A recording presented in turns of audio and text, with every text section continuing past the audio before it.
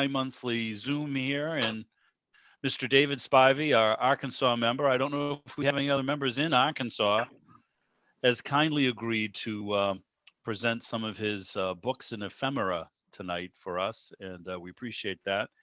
And in addition to collecting the books, David, if you ever visit the Radio Attic, has an awful lot of very nifty, great condition sets. One of which I recently purchased and arrived. Probably the best packed radio I think I've ever got. So thank you, David.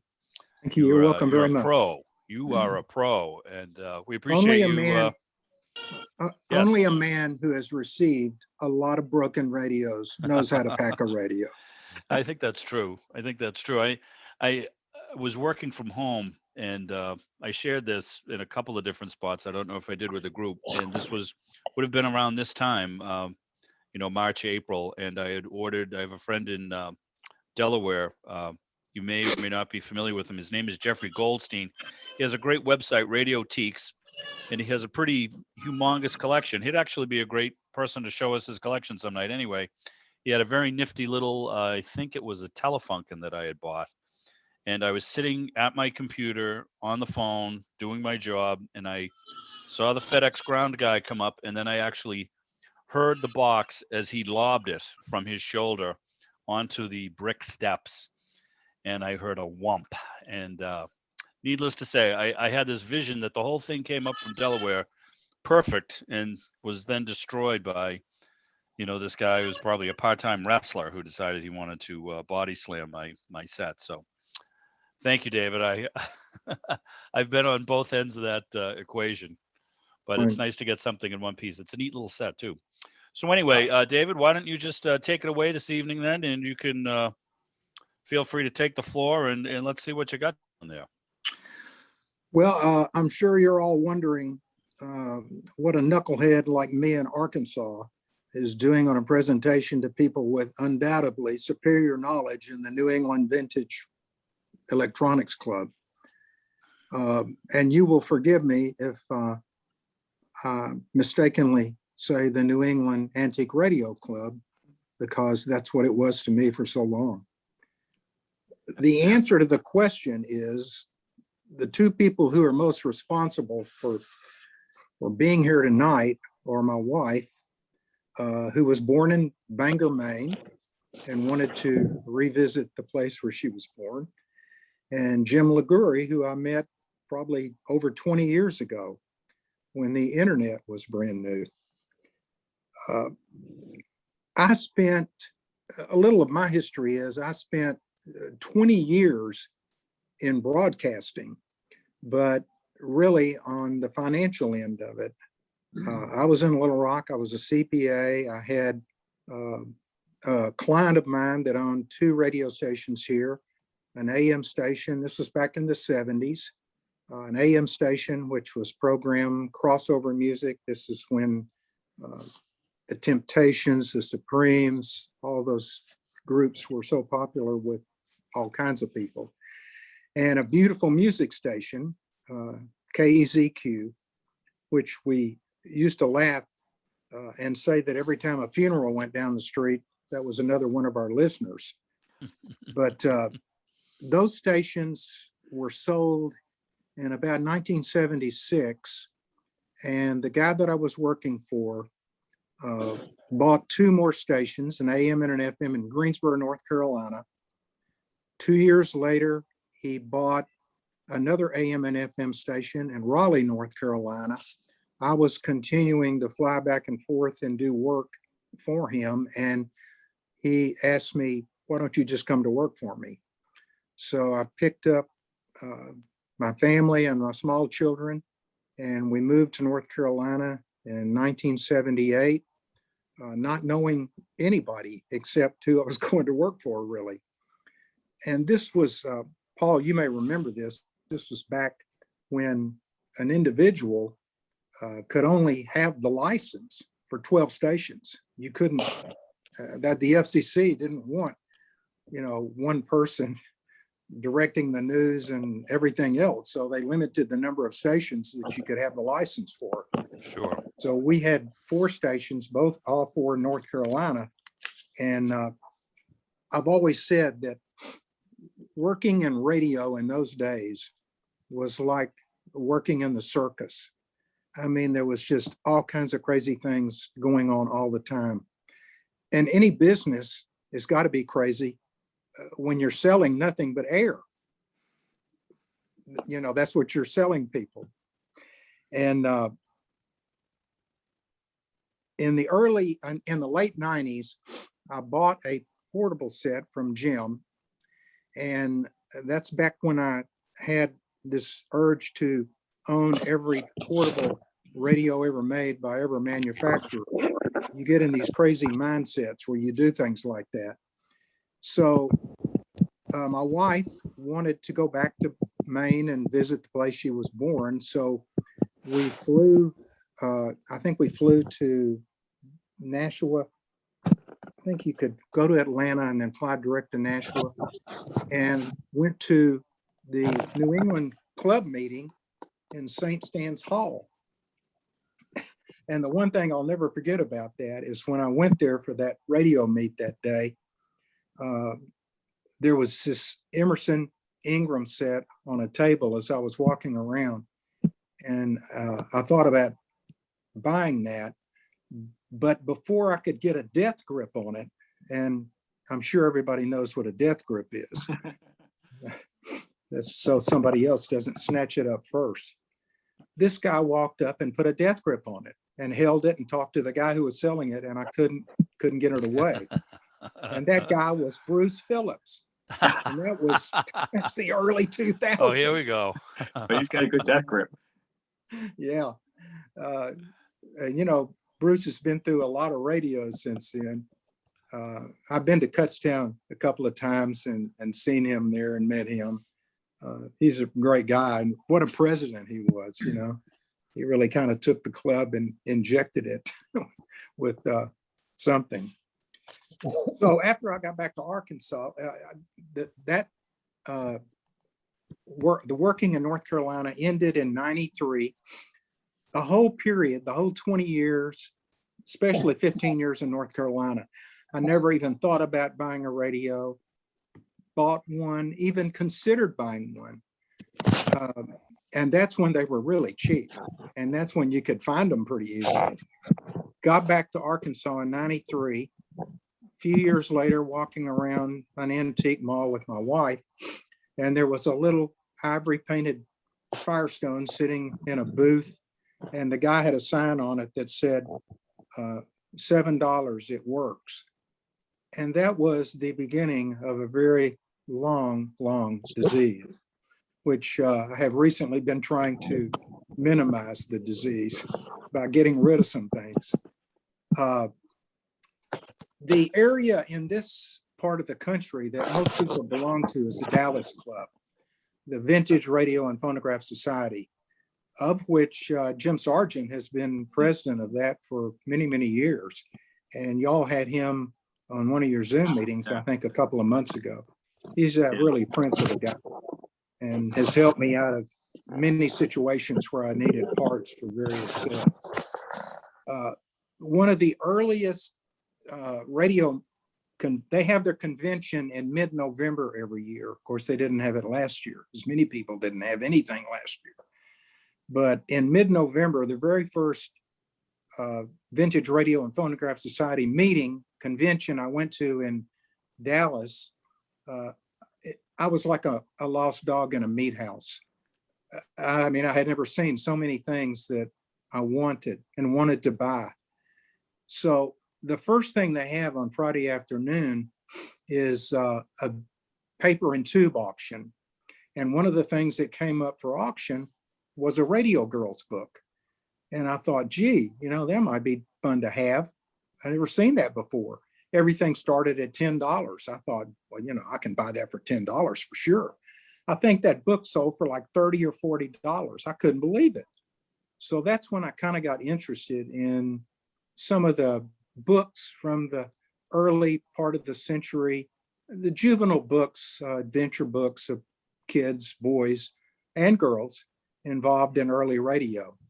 So I have brought some of those to show you and talk about. One thing I did want to say is if you look at the website of the New England Vintage Electronics Club. It says it's dedicated to the preservation, collection, restoration, and enjoyment of antique and collectible radios, TVs, high fidelity equipment, as well as related equipment, printed matter, and artifacts. So tonight, I'm going to show you some printed matter and artifacts, which All I right. found Great. interesting my whole life. Great. The first book that I had, the earliest book, is the Motorboat Club and the Wireless from, let me see if I can hold this up. Oh, The yeah. Motorboat Club and the Wireless from 1909. And most of these books will have a title and then they'll say, or, tell you something about it. So this is or, the dot, dot, dash, and Dare Cruise. This is from 1909.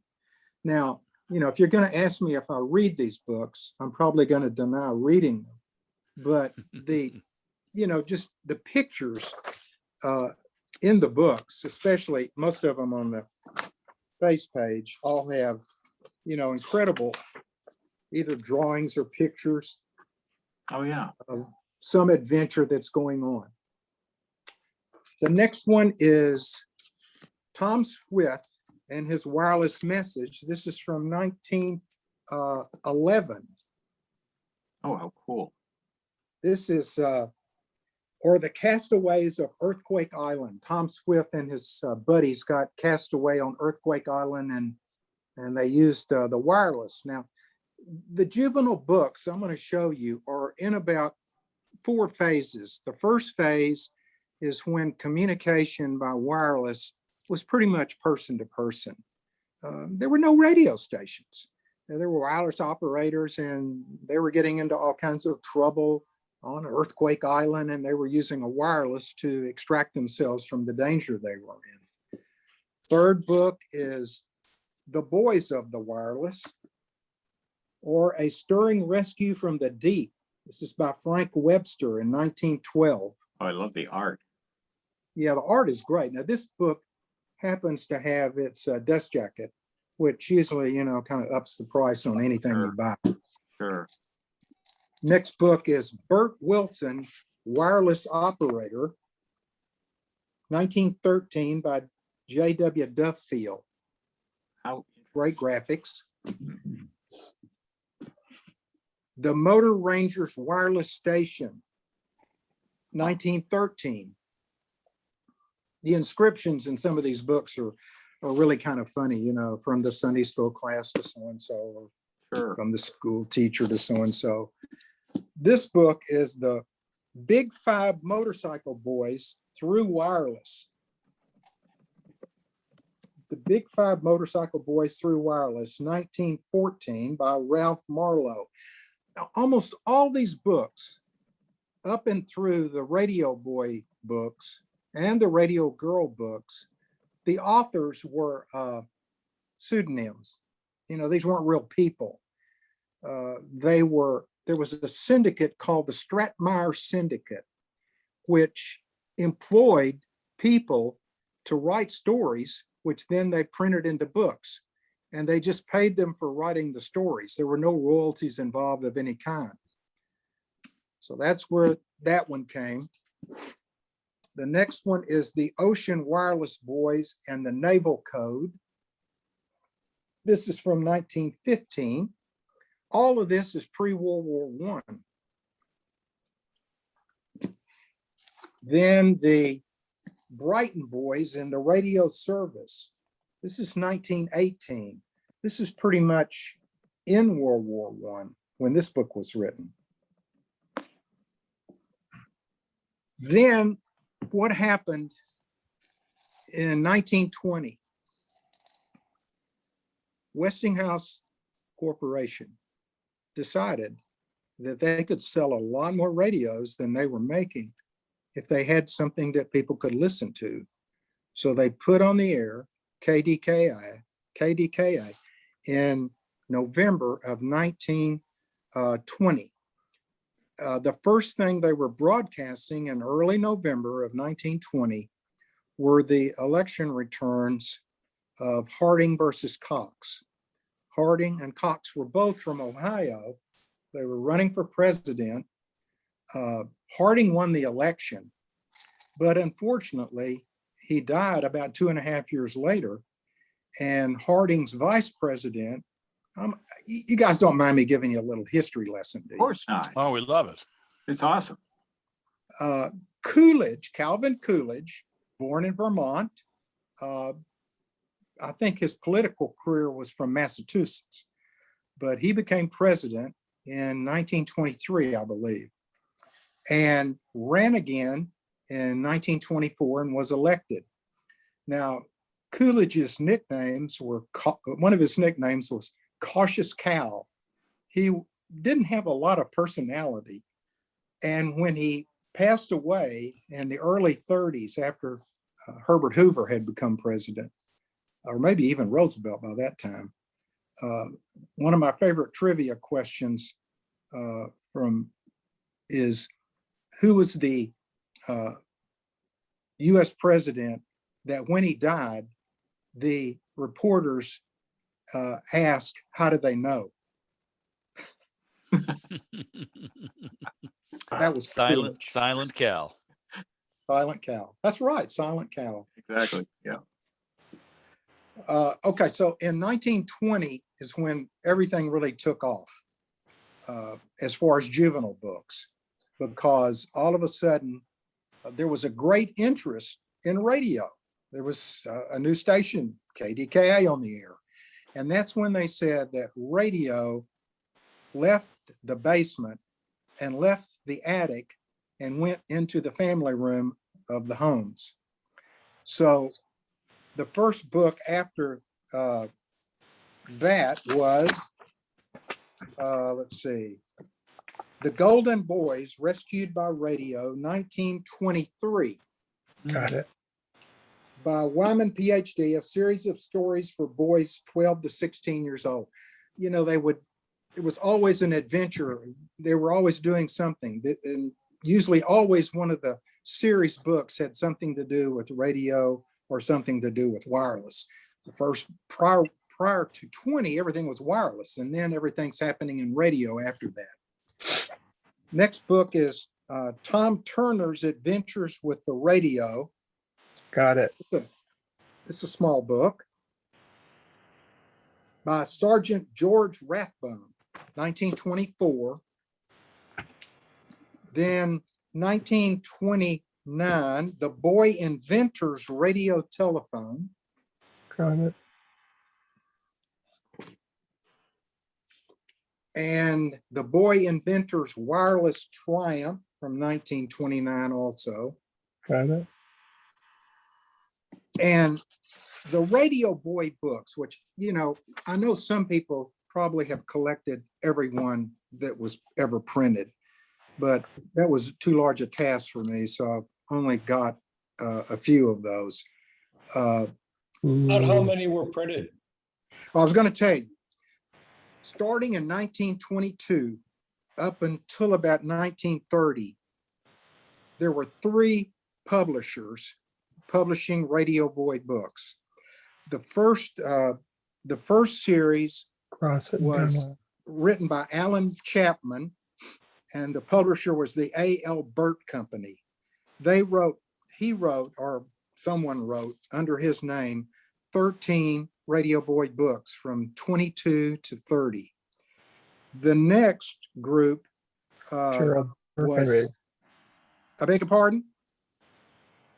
Gerald Breckenridge. Now, Gerald Breckenridge was actually, that was his real name. And he wrote, or under his name, 10 were published by Grosset and Dunlap. And then the third was 6 Radio Boy books published by M.A. Donahue and Company. This is one of the Breckenridge books, the Radio Boys on the Mexican border. This is 1922. I think this is very close to the first one that was written. It's still got a dust jacket on it. Great art. Yeah, this one is the Radio Boys Rescue the Lost Alaska Expedition. 1922 also. Radio Boys in Darkest Africa. 1923. Again by Gerald Breckenridge. And the six that were published by M.A. Donahue. This is one of those. Radio Boys in the Thousand Islands, or the Yankee Canadian Wireless by Frank Honeywell, 1922. There were a lot of books written in 1922 on radio and wireless. The Radio Girl books were written by Margaret Penrose. That was her pseudonym. She wrote 4 books. I thought I had them pulled out here, but I don't see them right now. They were the 1922 very first one was The Radio Girls of Roselawn, or A Strange Message from the Air. The second one in the same year, 1922, was The Radio Girls on the Program, or Singing and Reciting at the Sending Station. Third one was Radio Girls on Station Island, 1922, or The Wireless from the Steam Yacht. And the fourth one were Radio Girls at Forest Lodge, or 1924, or The Strange Hut in the Swamp. The story was that, she thought, or someone thought, that anything that guys could do, like Radio Boys, girls could do better, or at least equal to. So those were the 4 volumes of the Radio Girl books that were published. Actually, all 4 of them are one story. They run right through. They have a continuing theme all the way through it. Yeah. They said that the Stratmeyer Syndicate was a book packager. They just, and it went on for like 50 years. They were just paying people to write stories and publish them. In 1930s, these 2 little books, they're called Big Little Books. Anybody ever seen one of these? No. Yes. We got them. You got everything up there. I guess he does. Bill's got everything. He's probably got some I don't have. Okay. This was based on a comic strip, wasn't it, Bill? I think it was Radio Patrol. One was from 1935 and the other one was from 1939, I believe. Cool. Great graphics again. I wanted to stop here for just a minute and talk a little bit about this one radio game that, I don't know how many of these, I know I've had at least 1 or 2 framed and I gave them to my grandkids, but it is the Little Orphan Annie treasure hunt. All right. All right. Awesome. There's a kid in there with a dunce cap. Gee. Yeah, I can relate to him. I can relate to him. This Little Orphan Annie, it debuted on WGN Chicago in 1930, and it ran for 12 years. It's a treasure hunt board game from 1933. It was mailed to Isabella Hale in Elmhurst, Illinois. The funny thing is, if you remember the movie Christmas Story. Yeah, I'm thinking about that. And so Ralphie, he goes in the bathroom to decode the secret message, and his little brother's banging on the door, well, come out of there, Ralphie, come out of there. And he's sitting there decoding the message. And what's the message? Be sure to drink your Ovaltine. Yeah. Be sure to drink your Ovaltine, right? Yeah. So some of the things on this board game are really funny because it says, remember, this is Annie's very own treasure hunt. And like Orphan Annie, you can always win the treasure hunt by drinking Ovaltine. And it's a game where you go through the you go through it and you either stop on an island and you have to get off the island and you're trying to get to the island of happiness, being healthy and happy. But some of the islands that you get stuck on are so politically incorrect today. Well, Uh, there's a One different island world. is the sent away from the table island, the won't eat island, skinny land, island of no pep, sissies of crybaby land, land of nightmares, gales of bad temper. It says at the bottom, Annie says, keep your face and your hands clean, your teeth brushed and your hair combed, be respectful to grown folks and don't talk back. I mean, that goes today, right? Well, I'll tell And you what, just those are the people who buy the Ovaltine, the adults. It said, just as long as you do these things, I'll stay on the radio and have our adventures together. All right. Well, Awesome. That is really awesome. I'm sold. David, Yes, do you know what's different about the radio boys at the Mexican border? no, It's the only one of those books that has plans for a radio in it. is that right? It- Well, you know, it Bill, shows- one it of the shows how things to I- make a crystal set. One of the things I read, which I could not find when I read, you read something and then you can't find it, was that in one series of the Radio Boy books, I'm not sure if it was the 13 book set or the 10 book set, in one series, the boys never got older. And in the other set, they actually got older, went to college, and still had adventures in radio. So I was going to show you a few games.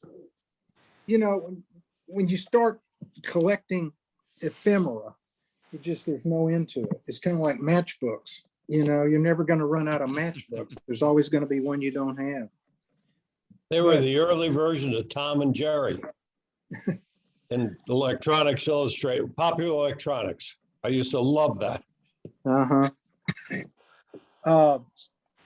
Is that Carl and Jerry you're talking about? Carl and Jerry. Yeah, I should have remembered that of all people.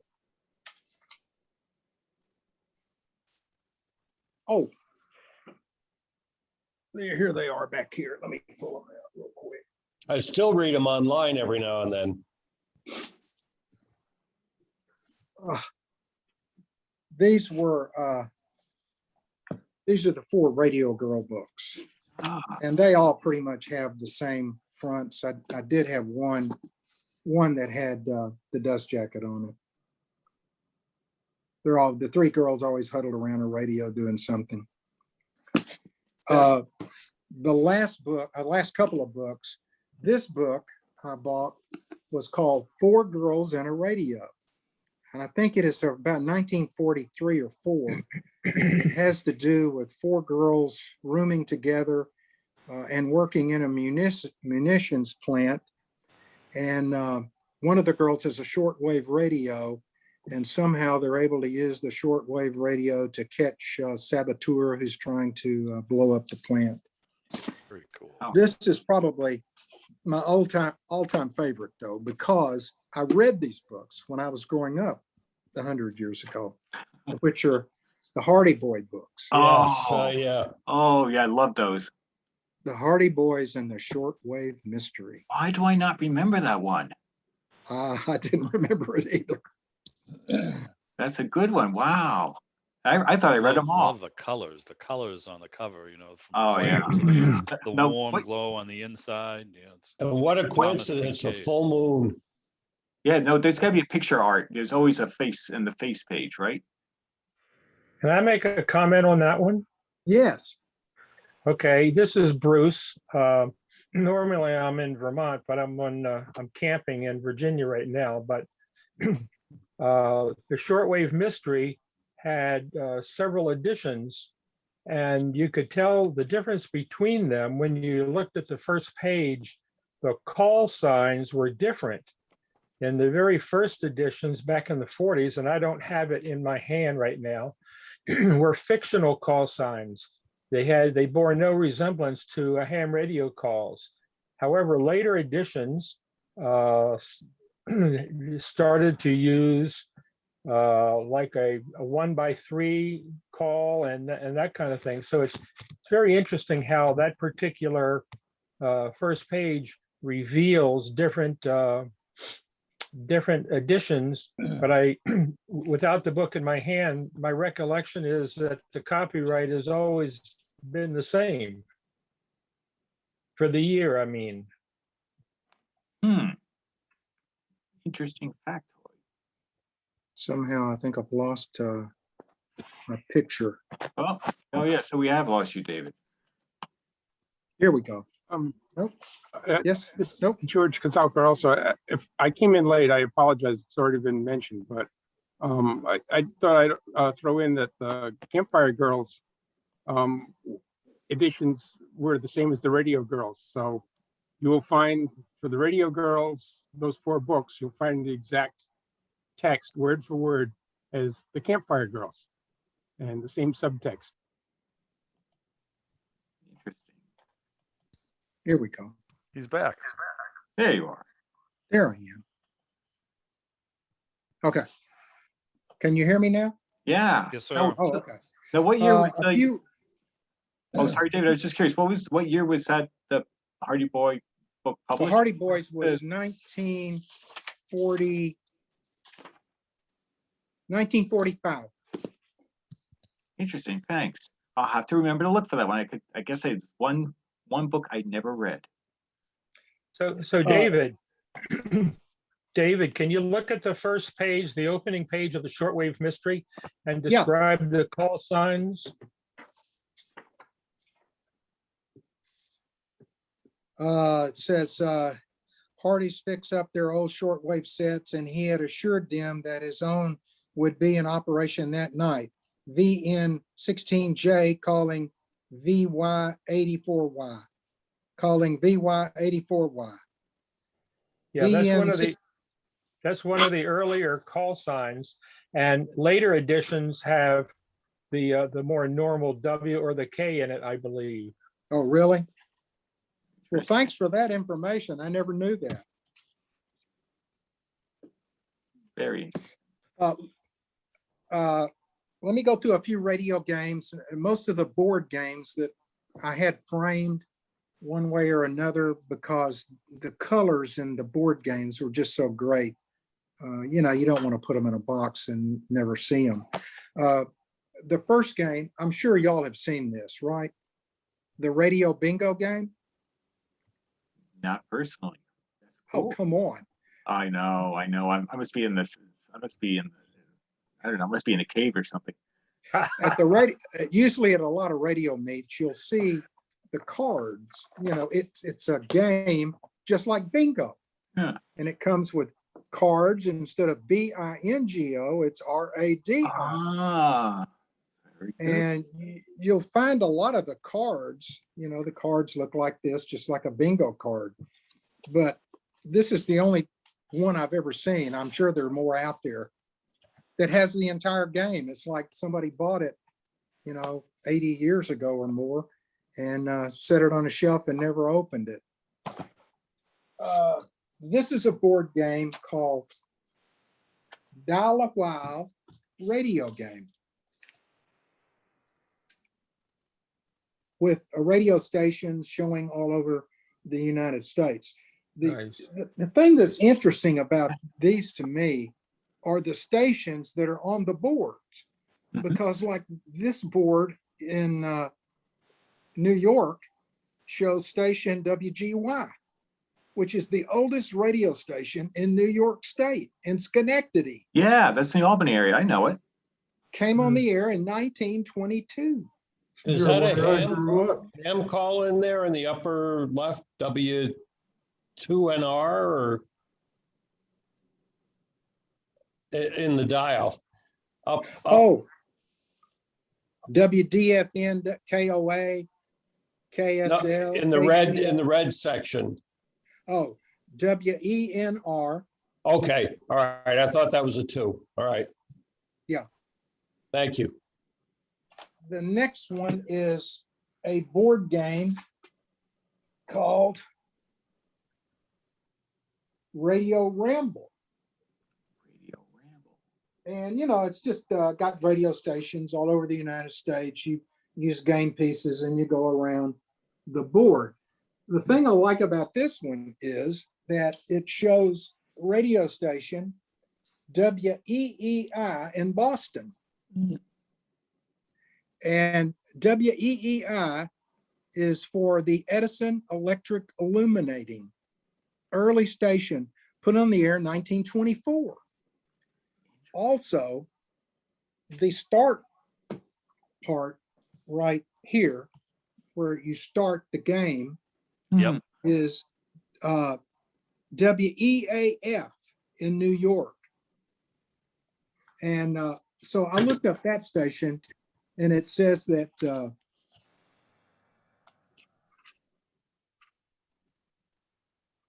WEAF, New York radio station, WEAF began selling time for toll broadcasting. Its first radio commercial broadcast on August 22nd, 1922 was a 15-minute real estate ad offering apartments in Jackson Heights, Queens. But acceptance of radio advertising was slow as broadcasters did not want to offend listeners. Interesting. Neat.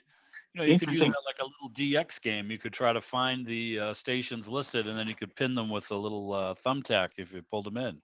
I wonder if that advertisement expanded to a couple of years later, because my grandfather bought on my father's side in Woodside, New York, which is adjacent to Jackson Heights, Oh, really? 1925. Yeah, really interesting. The last game piece is, I had these framed. It may be kind of hard to see, but these are punch cards. Anybody remember the Flim Flam Man, George C. Scott? You remember that movie? Well, in that movie, George C. Scott, you know, he's like a huckster, and he gets a friend of his working with him, and they have a punch card, and he goes to a store, kind of a general store, and he sells the owner. He says, you can make a fortune with this punch card. See, everybody pays a quarter to punch out something. And, you know, there's just a little money hidden, but you're going to make a lot more money by offering this to your customers. It's like a gambling thing. So he sells it to the guy that owns the store. And then his partner comes in a little later and starts punching out, putting a quarter down and punching out, putting a quarter down. And then he knows where the money is hidden behind which numbers. And each card, you can win a radio by playing this. The first radio is a Traveler, a little snakeskin portable. And if you go around, all the way around are numbers and names, and you punch out. And the bottom, you punch out. The next one is one for a Jewel radio. You can win a Jewel radio by playing the game.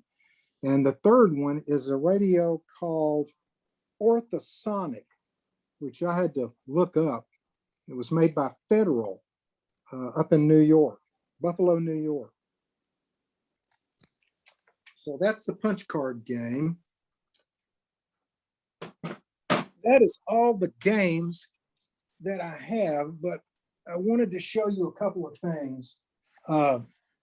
One is the radios. You know, I've owned a lot of radios, and everybody, unless somebody has figured it out, I haven't figured it out yet how to take them with me, but I'm sure somebody has.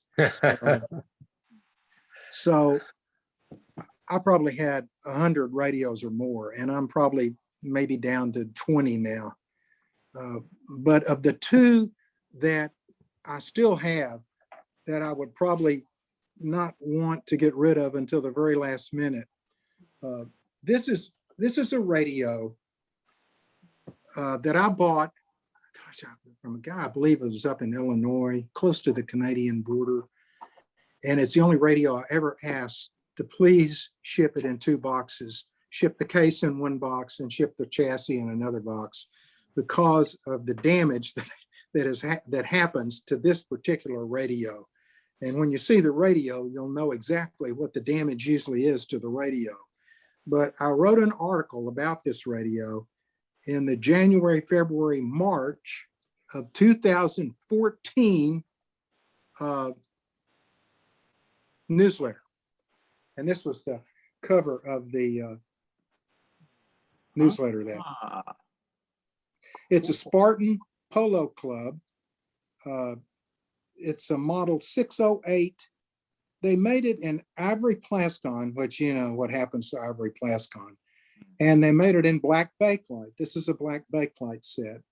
1937 for sale in 1938 at the astronomical price of $24.95. And after a year on the market, they started discounting them because they couldn't sell them. It's Spartan, manufactured by Sparks Whittington. So, you know, I think that's where the name came from. Sparks, S-P-A-R, and the last three letters of Whittington, Spartan. The other radio, which I'll turn the camera around so you can see that I would have a hard time getting rid of. This is the Polo set, which I've still got. That's beautiful. And if you can see, you know, the damage that usually happens to the set is the grill bars. Yeah. I mean, they're just very, very fragile. There's four on the front and four on the back, and they're just usually always damaged. The other set is a DeWalt B412, I think. It's the only Catlin set that I've ever, DeWalt made two sets that had a clock in them. And this is one of the ones, clock radio, Catlin clock radio, which I mean, styling wise, it's just kind of a simple set, but I just love the clock part of it. That's beautiful. That's absolutely beautiful. Gorgeous. Love it. Absolutely love it.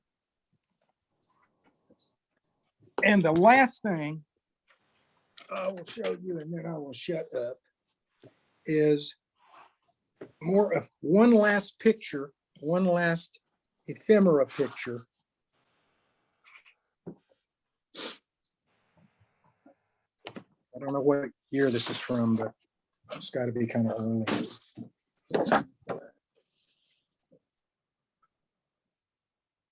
Wow.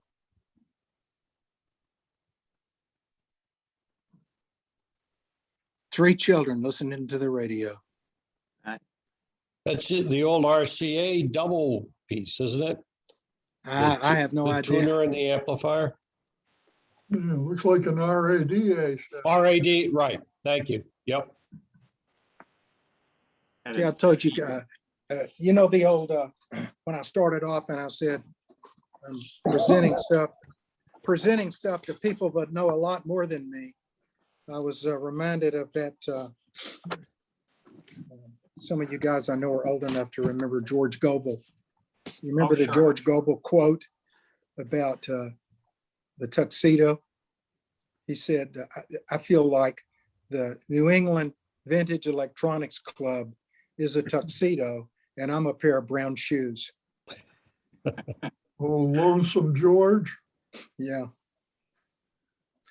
Well, Wow, thank that y'all was for letting me show amazing. you my junk. Oh, that was awesome. That was real, a lot of work done in that presentation. Thank you. Yes. Actually, David, would you mind popping up that small book with, I think, the SWAT squad car on there? Sent you a copy of the front of it? No, just to show again. I wanted to see another Oh. look at that, if it comes to hand easily. Well, in the 30s, you know, everything kind of slowed down. It was kind of Dick Tracy. Yeah, that is really neat. Now, does that have a face page art as well? It has art on every page. Oh, wow. How neat. Wow. Love it. That's why I was hoping you'd do a quick. That is really awesome. But you know, they printed this stuff on, I mean, it's like disintegrating paper. I mean, it's like, I don't know what they sold them for, but it's even got art on the back. Oh, well done. It must have cost a lot to actually do that. To actually, print that. Oh, wait, I got the most important thing I wanted to show you. I forgot it. Have I got another minute? Oh, of course you do. Was the, let me find it.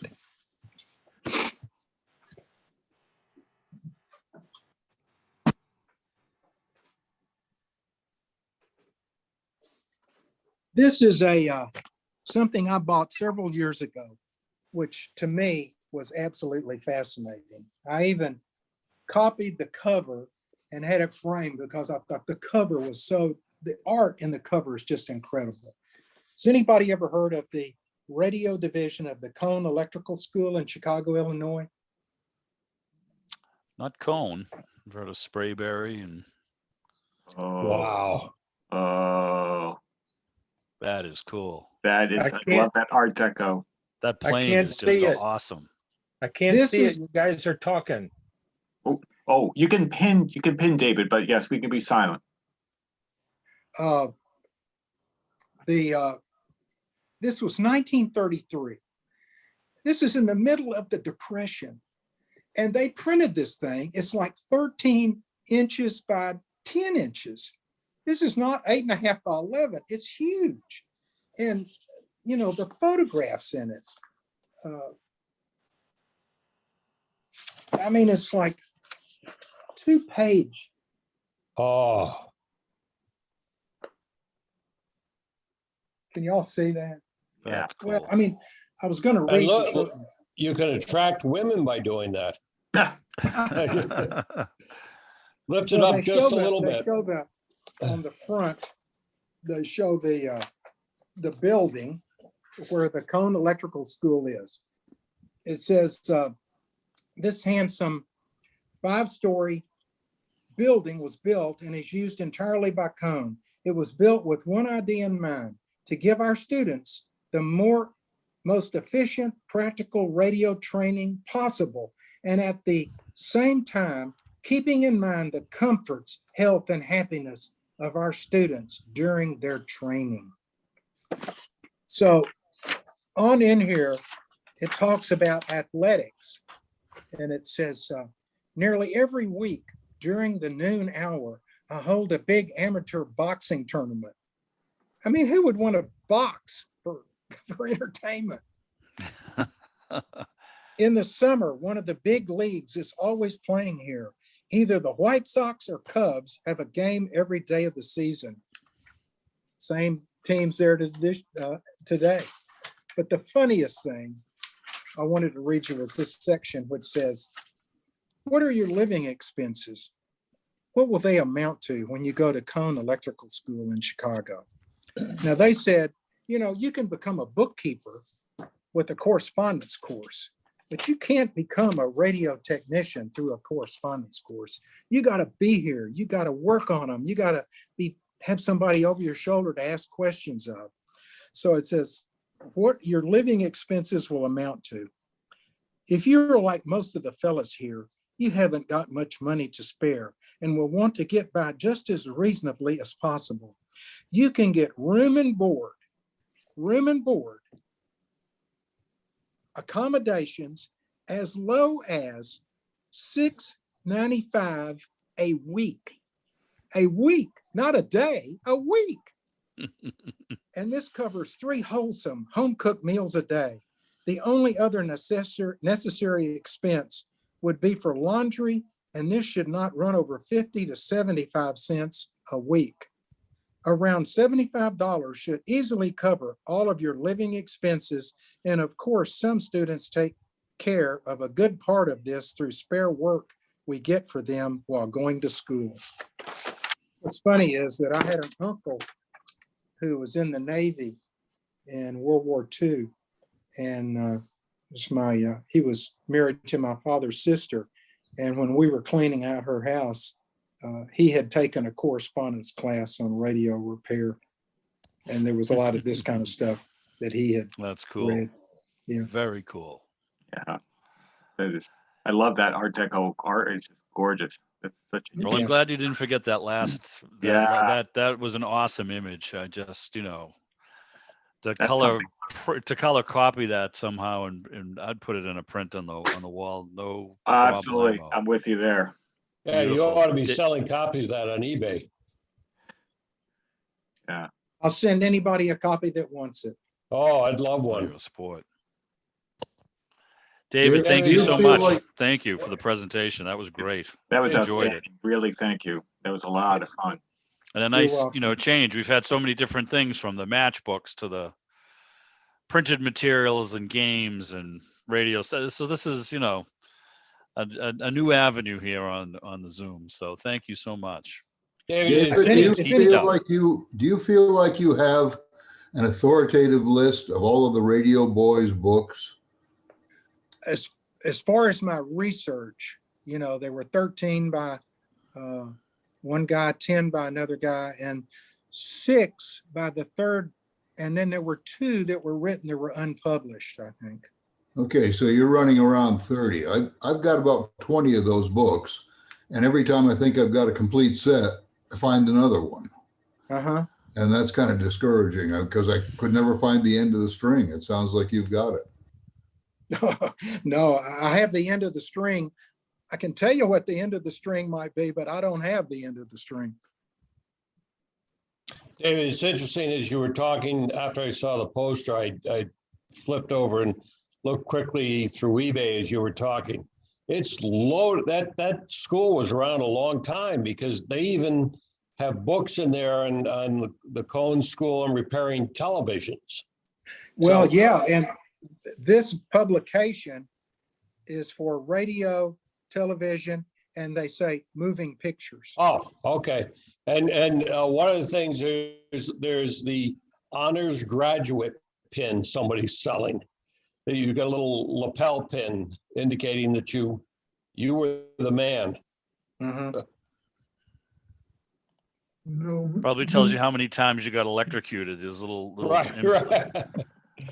little I win numbers, that one. like the call letter signs, you can stick in there. I survived 3 volts, 300 shocks. 333 ohms.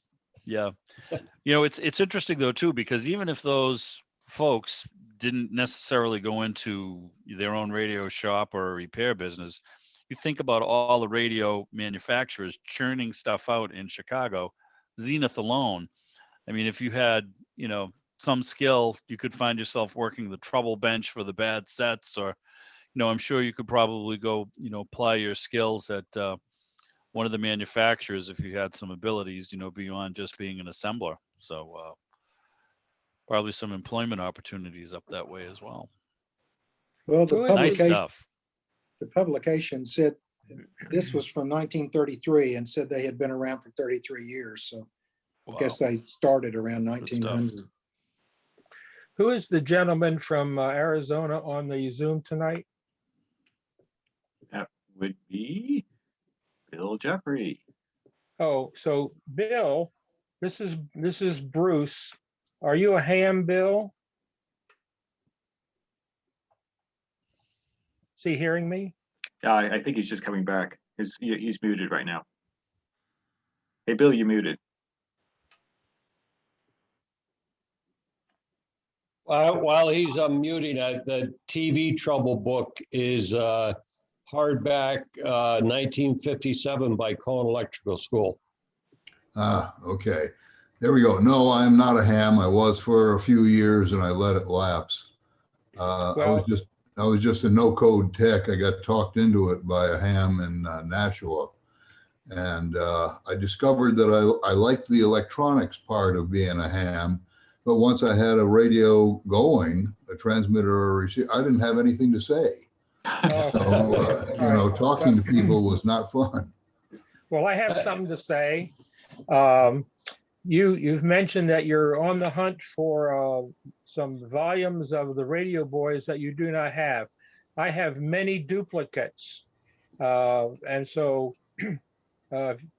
I'm wondering how we can connect, and I'm not in Vermont right now. That's my home. But when I get back there in the summertime, maybe we can help your collection. Sounds like a good, Bruce, are you talking to me? I'm talking to Bill Jeffrey Yep. here, who said he Yep. wanted to know where the end of the line was. yeah. Yeah, I'd like to do that. I'm not sure what I'm going to do with the rest of the books if I collect them all, but I got them there on a shelf, and you know, they look good. I read them all. They're interesting. Yeah, okay, well, I'm not sure how to, what's the best way to connect? My call sign is WX10, Whiskey X-Ray 1 Oscar.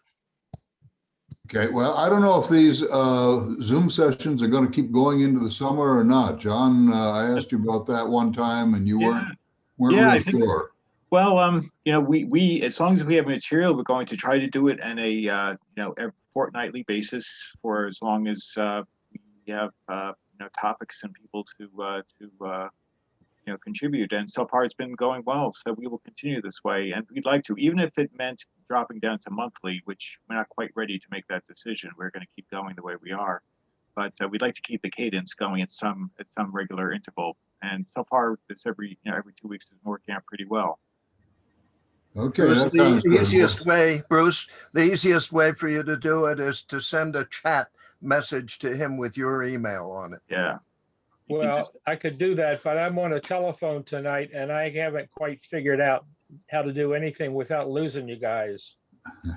right. So John Gibbons, could you just connect us somehow by a private email to? Yeah, of course. Okay, thank you. That'll solve it. Thank you. Sure.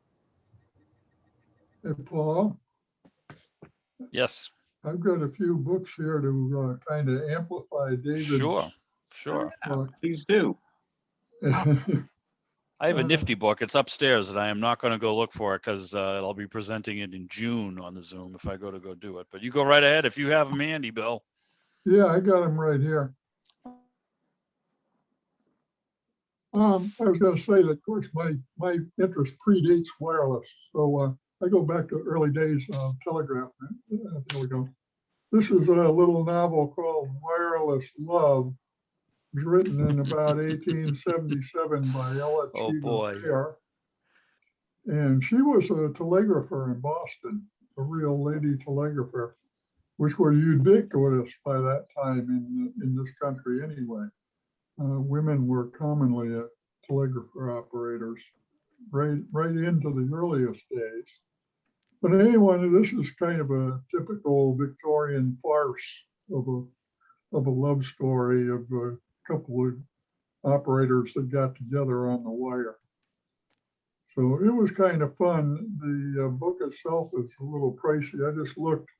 When I bought it in '99, it cost me $38, which was reasonable at that time. I don't know what they go for now. They are available in reprint for 10 or 15 bucks, but the first editions are scarce.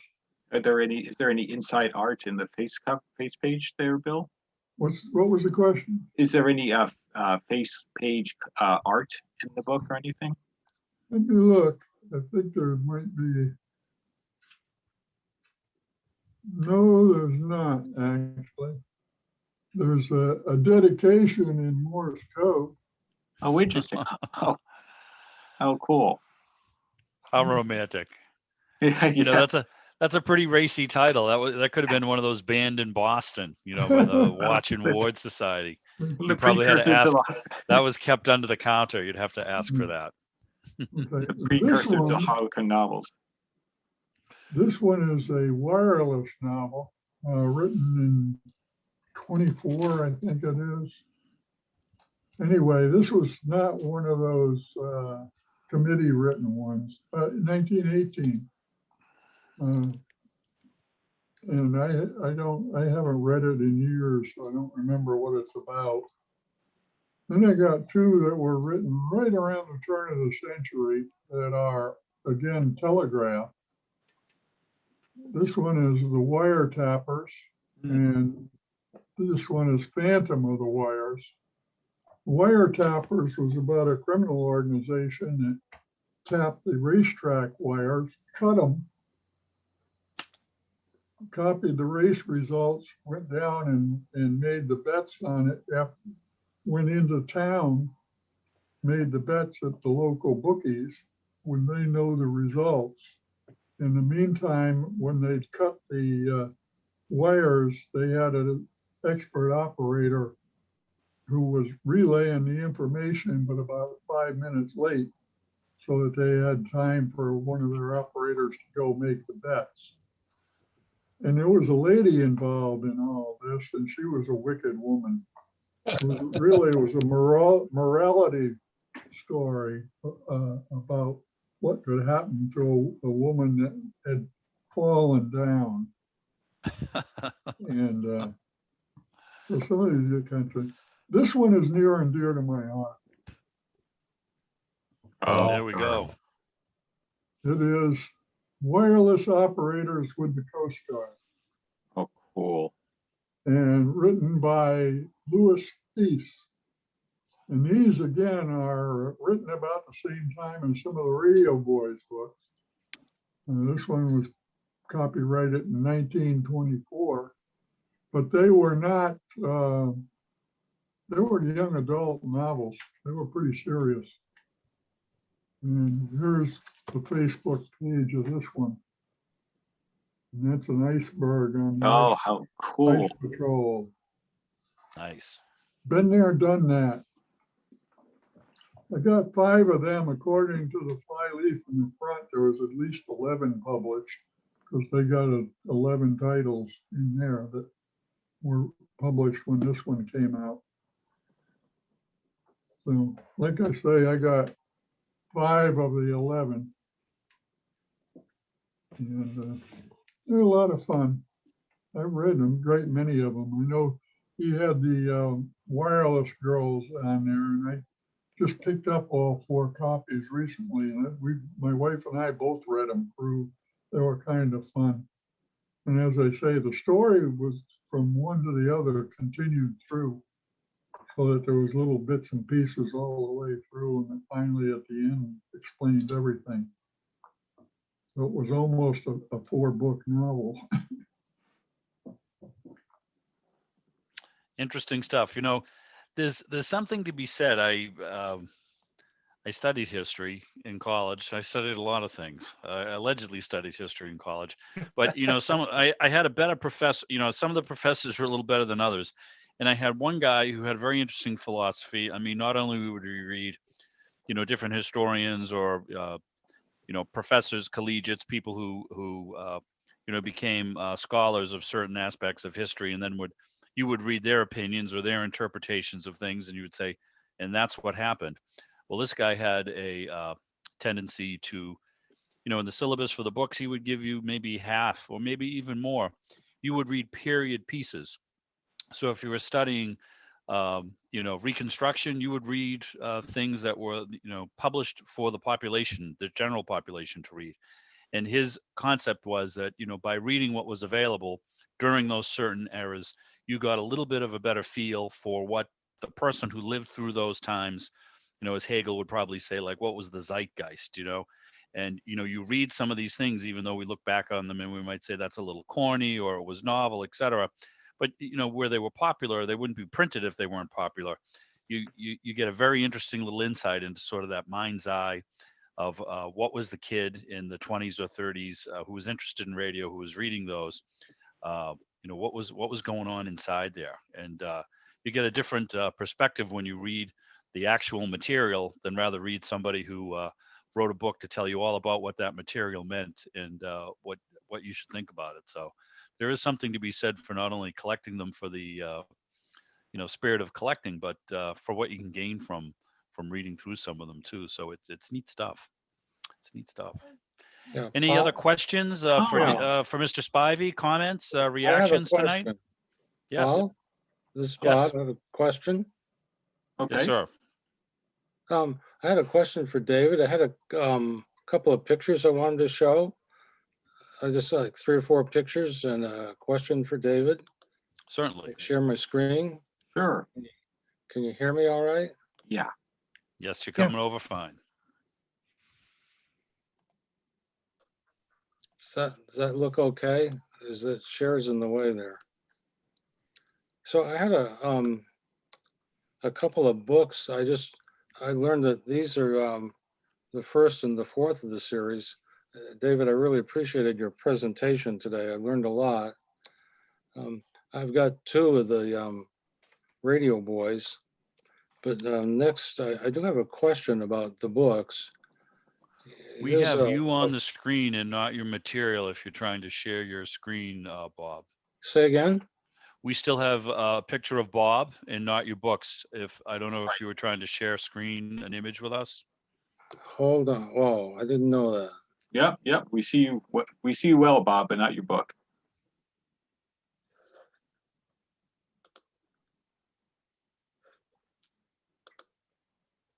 How's There we that? go.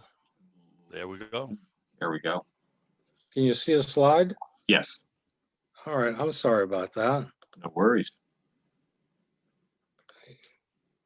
All right. So I've got a couple of the books. I'm sorry, I didn't realize you couldn't see it. Guys got to yell at me here.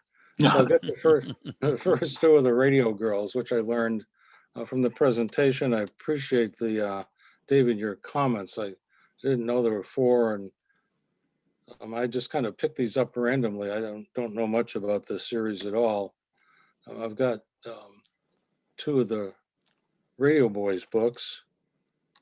And my question is here, in this book, there's a foreword by Jack Binns, who's not the author, and there's a signature there. And I can't tell by looking at it if it's a real signature or if it's It's a printed circuit. printed with the book. It's printed. It's just printed with the book? That's right. Yeah, okay. And It's a facsimile of his signature. Well, almost every one of Alan Chapman's book has a preface by Jack Binns. Jack Yes. Binns was a pretty famous guy in his day. that's right. What was he famous for? Bill, you probably know what he was famous for. I read he was a wireless operator on a ship that almost sank or did sink off the New England coast. And he was able to send a signal for people to come and help. And they saved a lot of lives. And I think the article I read said that, that was what he was famous for, but he was also supposed to be a wireless operator on the Titanic, but he did not take that job, fortunately. Well, thank you. That's helpful. The foreword is kind of interesting. It talks about the growth of radio and how Jack Binns expects it to be used to monitor forest fires and chase criminals and things of that nature. And so I think it kind of reflects the growing interest in radio, and consistent with what you said was his role. So thank you. Mm-hmm. Thank you, Bob. Yeah, and that's all I've got. So thank you very much. Appreciate the feedback. Thank you.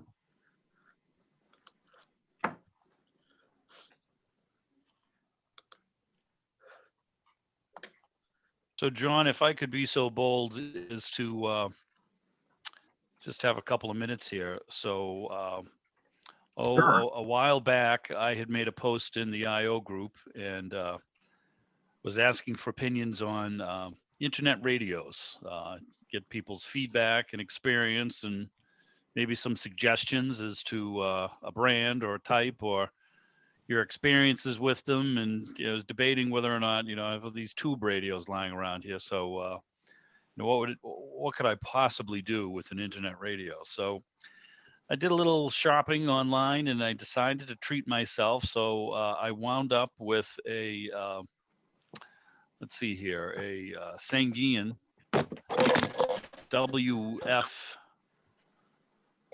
R28, and thus the box. I get the radio here as well, and So for about $100, and a lot of them are out of stock at different suppliers. So I don't know if this is something that's getting discontinued, but you know, not a bad looking little radio. The plastic is the type of plastic that tends to scratch. That would be my complaint. But you know, once we got this thing hooked to the internet connection here at the house, it's pretty easy to use, I have to say. I had some doubts with the size of the display, and it uses this control knob on the side to scroll through the screens and to select by pressing it in and pressing it Okay. out. It has a keypad. I can save some favorites. You have presets for 5, and then you have an extensive favorites menu you can set up. Okay. And it also has, though I haven't listened to it, a conventional FM receiver in there as well. Well, now it's decided to play, so we're gonna turn down the sound here. This is the the content literally is amazing. This is on an old time radio station right now. 24 hours of Jack Benny, but it has a little connector on the top. Later. You could pop an SD card in there if you had an adapter, or you could put a thumb drive in if you had some content. It's got the aux line in and out. It's got the headphone cable, as you would expect. It runs on DC. It has a wall wart. Also takes 4D batteries, which can be alkaline or rechargeable. But I have to say, it was one of those things that I sat down with my son. He helped me get it connected. Once it was connected, it's just, it's like the internet. It's a rabbit hole, and you start to go down through what continent would you like to listen to? What genre would you like to listen to? What station would you like to listen to? Would you like to go through the last 100 stations you've listened to? I mean, really, you could sit down with this thing, and whether you like music, old time radio, news, it's for $100, considering that you pay for the broadband already that you use primarily for your computers and your phones. I mean, to have another device that I can actually wring a little value out of my Verizon bill with was kind of a neat thing as well. So I view this right now as a pretty good little investment. An awful lot of content. I haven't even begun to listen. I tuned into Vatican Radio, and apparently there are several channels of Vatican. I expected religious broadcasts, but they had a beautiful, it was like a beautiful contemporary jazz station that they were playing when I happened upon it. So literally, there's all kinds of stuff, and so I won't go to make the argument that I'm going to unload the tube radios yet and just go with this. But, for a small package and a reasonable price, it's thought out pretty well. I know some of these things have remotes, and there's lots, there's a lot of bells and whistles. This is a pretty bare bones ones. The speaker isn't bad. Is it exceptional? No. It's okay for a single room. This area right here. And considering I'd probably be listening a lot in the evenings, a booming speaker is probably not what we need, but so I appreciate everybody's feedback, and I did decide to take the jump. And if you're looking for something, if you haven't purchased one of these or you're ever thinking about it, take a look at some of the stuff that St. Gigan puts out. It's not bad, and ease of use, I'd give it a thumbs up, because I'm not an expert in the world of internet radio.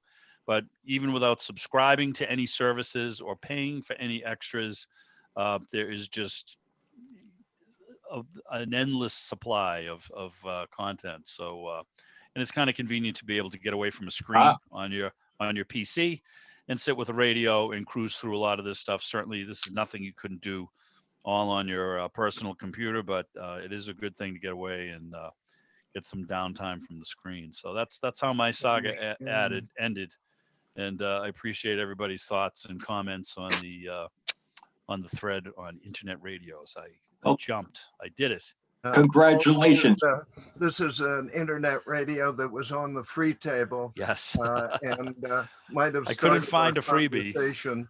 It's called the Livio radio. It has nice audio. It's got one of those ports on the back that make the bass come up nicely. And it's been quite satisfactory. How did that baby wind up on the free table is beyond me, but I'd love to know who put it there. It was in perfect working condition. All I had to do was put a wall wart, 10-volt wall wart on it, and off it went. yeah, I mean, What's the model number of the Seguin? on the Sanguine? It is a WFR28. Thank you very much. I think there's something else you wanted to show. Yeah, well, if we're, Yeah. see if other people want to talk internet radio. Otherwise, I have a book to. No, I just figured I'd throw that out there where it was a topic of conversation in the IO group. Yeah. No, absolutely no. Thanks for the update. And it's actually good to know because I did read Radio J. Allen's review of the Sea Crane as well. I thought it was interesting. I looked at some of the Sea Crane stuff, and on their site they are out on the model I was interested in. And from what I understand, Sanguine manufactures a lot of the Sea Crane stuff to their specs. So they take the crane specs, they engineer, and then they have it manufactured by them. Got it. As I said on the reflector, tuning into some of the links that appeared on the reflector has been really great to be able to listen to the stations all over that Paul was talking about. Can you also pick up some of the online receiving stations with that? The shortwave where you go and you tune in the SDR stations? I'm not sure. I haven't gotten, quite that far along with it. Yeah, I'm thinking you probably couldn't, looking at the display on the thing now. Okay. One of the things though that is, again, it's a benefit. So for example, I've never, where I live, I've never with any radio been able to pick up WSM 650. The voice of country in the United States of America, much to my chagrin. Well, you know what? I can get WFM because I can get it, so you can get pretty much any US or world-based station as long as they have an internet stream, and I don't have to worry about big antennas and nulling out different stations and tearing my hair out. It's nice to be able to, sometimes you listen to what you can get, when you're on the air. And then this is the case where if it's something you want to listen to regularly, you can pretty much pull it in guaranteed as long as your connection stays up. And you said you have a line out, right, Paul? So you could connect it to an old vintage radio if you so chose? Yes, I have a aux in, line out, headset, and a DC in. So yes. So I could probably do it. A lot of the stations that are out there are not actually broadcasting stations. They broadcast only on the internet. Correct. So you're going to find a lot of stuff using the genres that you wouldn't be able to get with any radio. Yes. And then the neat thing for me too is like there are certain stations I like to listen to, certain parts of the house, even on a little portable. Some are better than others, but you may or may not get it. But it's nice to, as long as I'm close enough to the connection, I can get WMEX in any room in the house, So it has a lot of little angles I didn't really think about, as far as listening to maybe even some of the local stuff, not to mention listening to stuff from, a global perspective. So thank you, George and Tom, for the kick in the butt. So when do we squeeze in Tom's book before we Yes, let's do. We still got a few minutes here. Yeah. Yes, sir. Yeah, let me share this book with you. It's a real favorite of mine because it really blew my socks off when I realized that it was the story of my life. Radio, right?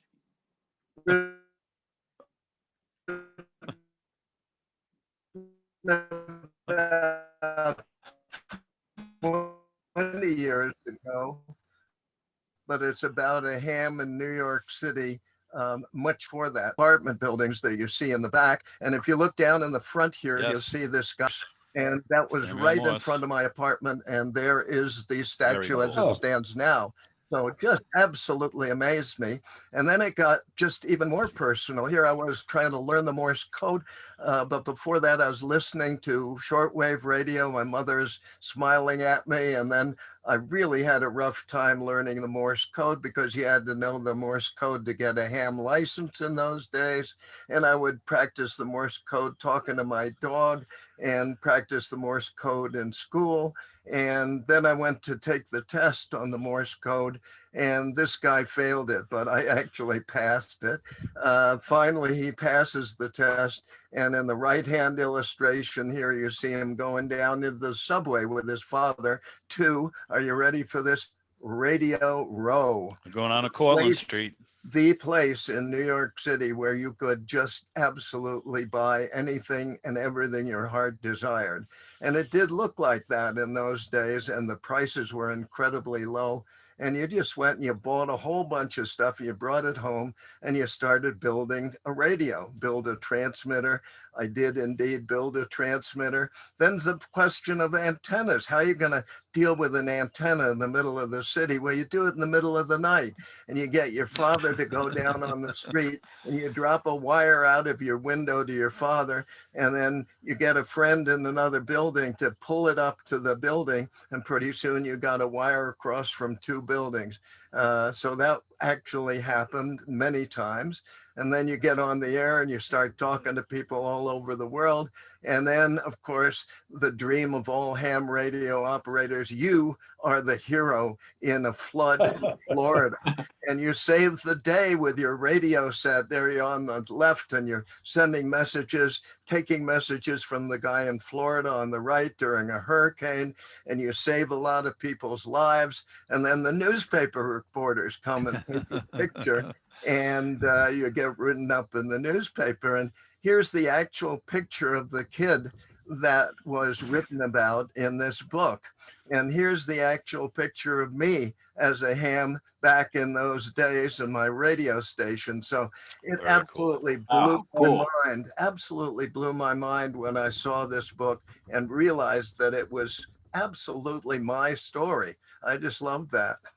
Boy, Tom, that is some operating desk that that kid had. Yeah, three people talking at once. Go ahead. That was some desk that kid had in that photograph, that carved ornate desk. Holy mackerel. Hey, Tom, Yeah. who came to talk to you about your antenna across Fifth Avenue? Say again, Bill. Who came to talk to you about your antenna across the Fifth Avenue?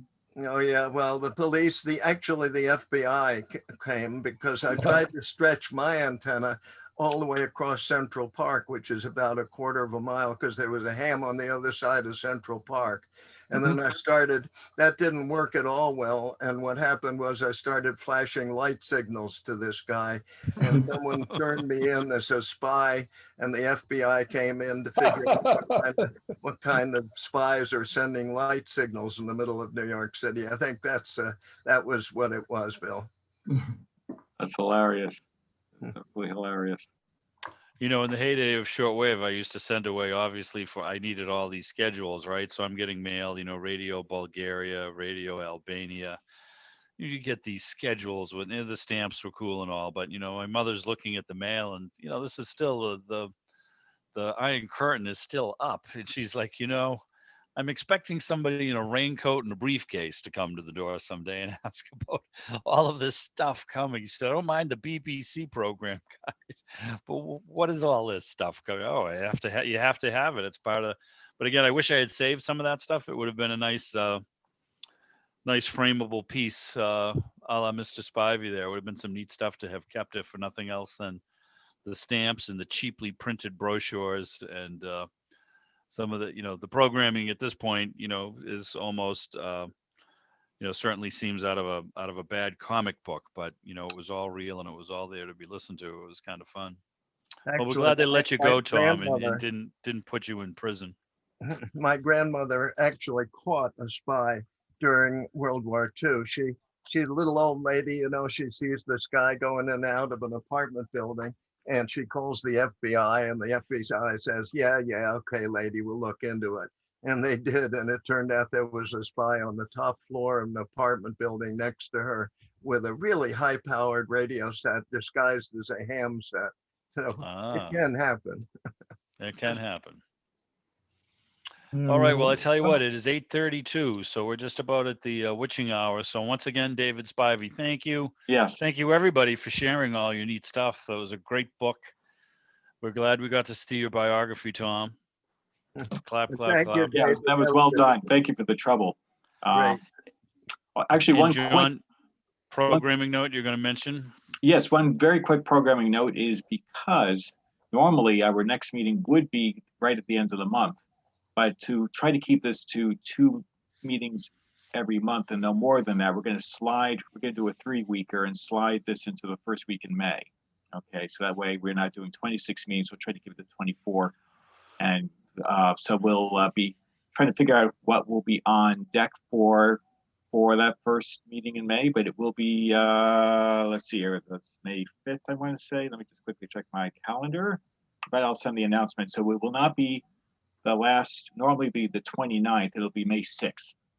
Okay, so stay tuned. Of course, you'll get the normal updates, but just in case you're wondering, 2 weeks from now, Stay tuned. where's the meeting? We'll be just delaying by an extra week.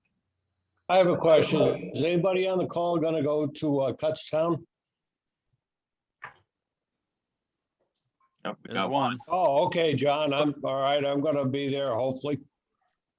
What was the question? Kutztown. Is anyone going? Oh, okay. No, I'm sorry. Yeah, I'm going. Uh, I called them Okay. today because I didn't get my pass yet, and they said they were mailed yesterday. Any sense as to what the turnout is expected to be? Because it's a pretty long haul from Maine. No idea. Okay. Larry says he's going. To Kutztown? I think Larry's planning on going to town. Okay. Awesome. Well, guys, Nice to see you all. Mr. Great. Van Beek, thank you for joining us. Nice to meet you Yes. virtually. yes, Yeah, thank you. good to see you again, Paul. And if you're trying to get a read on, I don't know, how do you pronounce it? Is it Kutztown or Kutztown? I've often wondered that. I don't know. I've never been, so nobody's been able to Kutztown. correct me. There's a bunch of guys on a forum that Greg and I belong to, the Philco forum, and there's, they have a pretty active group of folks who regularly go to the show there, and there's a few people for a variety of reasons, maybe not related to the virus who can't go, but there's a lot of folks who regularly attend who should be there. So, I'd say maybe busier with the vaccine out and all, but who knows? Delaware Valley Radio Club kind of orchestrates that whole thing. Maybe you could shoot them an email, Carl, if you Yep. send something to their general. Mike Costa, Koste, who runs a knob business, Gobs of Knobs, Oh, is yeah. one of the one of the coordinators, and he might have a feel for how many tables or booths have been taken out, and if you're trying to put your finger on the pulse, he might be a good guy to try to ask. All right. Thank you.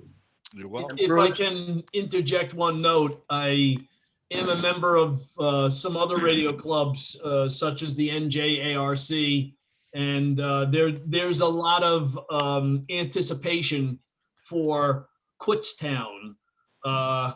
Okay. Being that it's a German word, we anglicize to Kutz, but the idea though is that there's a lot of anticipation. The NJARC did have a trunk sale last summer, and it went very, very well.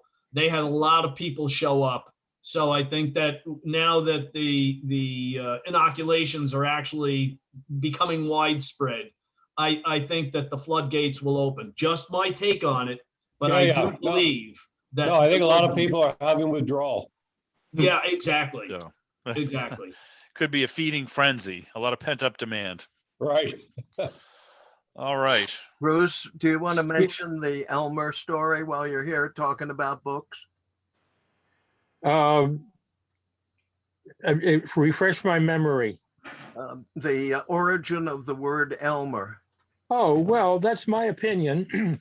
My opinion is that when people have Elmers or helpers who guide them through beginning phases of radio, there was a very popular author and instructor through his books called Elmer Bucher, Bucher.